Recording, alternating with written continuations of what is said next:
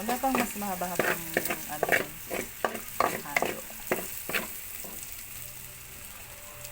Kaya mo na eh. Kaya nga, tingnan mo oh. Hindi ka ba nahihirapan? Gisa po natin yung Partner, bawang. hindi ka ba nahihirapan ng igsi ng iyong pangalo? Meron naman tayong mahaba eh. Yun oh. Sanay na ako mapasok. Yun oh. Yung mahaba. Sanay na ako mapasok. Ba, hindi pa kamay ang iyong ihalo. Ginisa ko po siya sa pinag-inuhan ng baboy. Lakas ng apoy. Sunog ang kawali.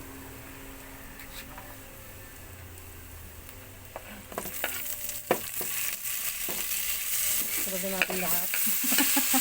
Tinamad na po. Sunod natin lahat. Kasi ganun din yan. Direkta rin sa tiyan yan.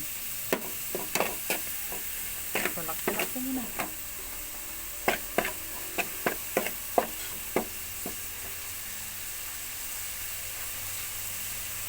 Ang ulam po natin ay ginisang ampalaya.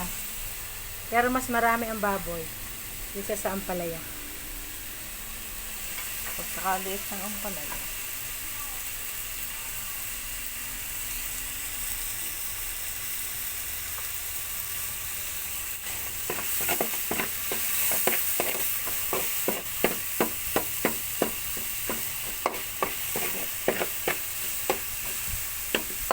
Tingnan po natin medyo ano yung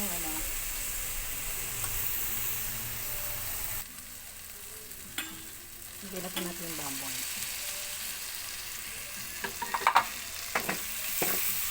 Then halu-haluin na may pagmamahal at parang pagmamahal niyo sa asawa niyo. Sa mga jowa. Para mas lalong sumarap.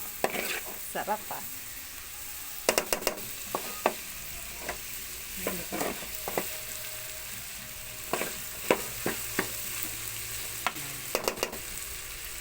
Yan na po natin siya ng konti. Takpan po ulit natin siya. Okay na. Lagyan po natin ng paminta.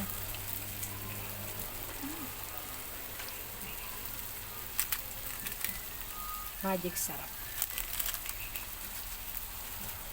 Konti lang. Baka umalat. Konti.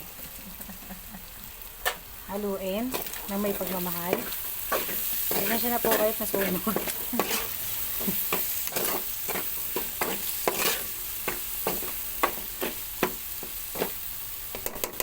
Hindi na po natin ilagay ang ampalaya.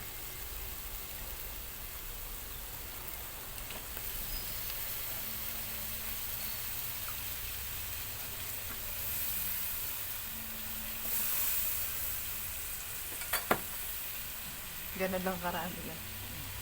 Diba sabi ko naman po sa inyo, mas marami ang Mamaya baboy haluin. Tapos tuyuhan mo na. sa gulay. Lagyan natin toyo. Palasa. Takpan. Huwag haluin para hindi.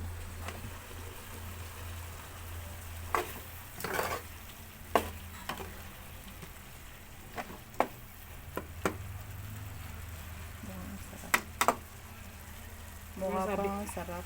Sabi ko naman po sa inyo, no? Konting karne, konting gulay lang ho yan. Okay na yan. Tama na.